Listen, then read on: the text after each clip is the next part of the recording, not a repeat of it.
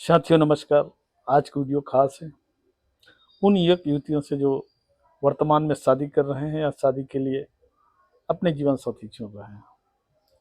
विवाह के लिए कैसे लड़के चुने या कैसे लड़कियों को लड़का चुनता है और साथ ही लड़की को कैसा लड़का चुनना चाहिए, इन चीज़ों के बारे में हम चर्चा करते हैं। ये बहुत ही महत्वपूर्ण विषय है क्योंकि विवाह हिंदू धर्म में तो संस्कार माना गया है, लेकिन आज संस्कार नहीं रहा, केवल संविदा हो जाए, कंट्रैक्ट, इकरार हो गया है। इकरार हो गया है, कुछ लेना है कुछ देना है। तो मित्रों, यदि हम लड़की देखते हैं तो उसमें तीन चीज खास देखते हैं: रूपमती हो, गुणवती हो और धनमती हो। उसी प्रकार पुरुषों के संबंध में भी यही कहा जाता है, यदि व्यक्ति गुणवान है, धनवान है, रूपवान है तो उसे कहीं भी लड़की मिल जाएगा।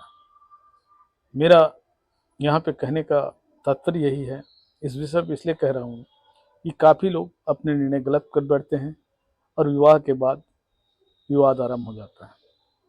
आजकल देखने को मिलता है कि लोग कब परिवार सुखी परिवार समझते हैं और हर लड़की उस परिवार में विवाह करना चाहता है जहाँ परिवार कम हो, और ये सोचते हैं कि एक लड़का हो जाता और बहुत अच्छा, और लड़का कमाऊ हो तो वहाँ वो सुखी से रहेगी। दूसरी चीज़, लड़की तो ये सोचते हैं कि पैसे वाले हो, घर अच्छा हो, परिवार कम हो तो सुखी रहेगा। उसी प्रकार लड़का भी सोचता है कि मेरी विवाह अच्छा जगह हो, पैसे वाले के यहाँ हो, एक लड़की हो तो अच्छा हो, ताकि मुझे सहयोग करे और मैं जब भी जाऊँ तो मेरी स्वागत भी ज़्यादा हो, मेरे यार मित्र जाए तो वहाँ उनका भी सम्मान मिले। अनेक ही लोग बराबरी वालों को ज़्यादा पसंद करते हैं, लेकिन ये संभव नहीं है। मैं तो मुख्य बात यही कहूँगा, अगर लड़की लड़का अगर चुनना ही है तो सबसे बड़ी मापदंड होती है कि लड़की का अतीत देखा जाता है। अतीत का मतलब आपको स्पष्ट कर दूं कि लड़की जो है उसमें क्या क्या बीता है, क्या क्या काम कर सकती है या करती है, उनका संस्कार कैसा है और किस प्रकार के उनकी बर्ताव है। इन बातों को, बर्ताव का मतलब स्वभाव से होता है, वो खास चीज़ नहीं रहता जिसकी जानकारी आदमी को हासिल कर सकते हैं। कई बड़े बुजुर्ग तो लोगों को देख करके ही पहचान जाते हैं कि किस प्रकार से महिलाएं की जो बॉडी की बनावट, यानी शरीर की बनावट से ही वो जान जाते हैं कि जिनका पैर पूरी ज़मीन में चिपक के रहता है या किसी के पैर खड़ाऊ जैसे बीच में गैप पड़ जाता है, उससे क्या प्रभाव पड़ता है। इन सब बातों से मैं लेना देना नहीं है।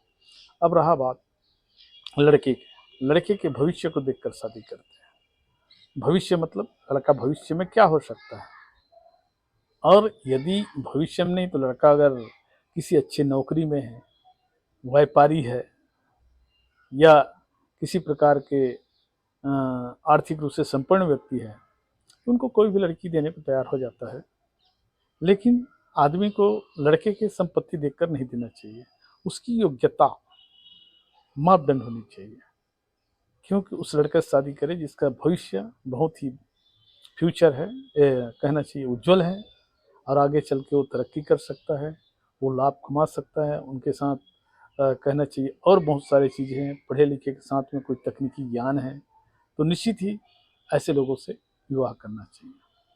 और विवाह के लिए सगाई का परंपरा इसलिए रखा गया है, इस सगाई के काल में लड़की वाले को लड़का पहचानता है और लड़के वाले को लड़की पहचानता है। तो जो पुराने बुजुर्ग थे, यह हमारी सामाजिक ढांचा है, इसीलिए ये सब नियम बनाया गया है। विवाह कोई कहना चाहिए बहुत बड़ी चीज़ नहीं है, लेकिन बहुत बड़ी चीज़ भी है, क्योंकि एक व्यक्ति अपने घर माँ बाप को छोड़कर एक दूसरे परिवार में जाता है, वहाँ उनको सेटल होना पड़ता है। तो कई लोग ये सब चीज़ नहीं कर पाते, इसलिए जीवन का सबसे बड़ा बदलाव है विवाह।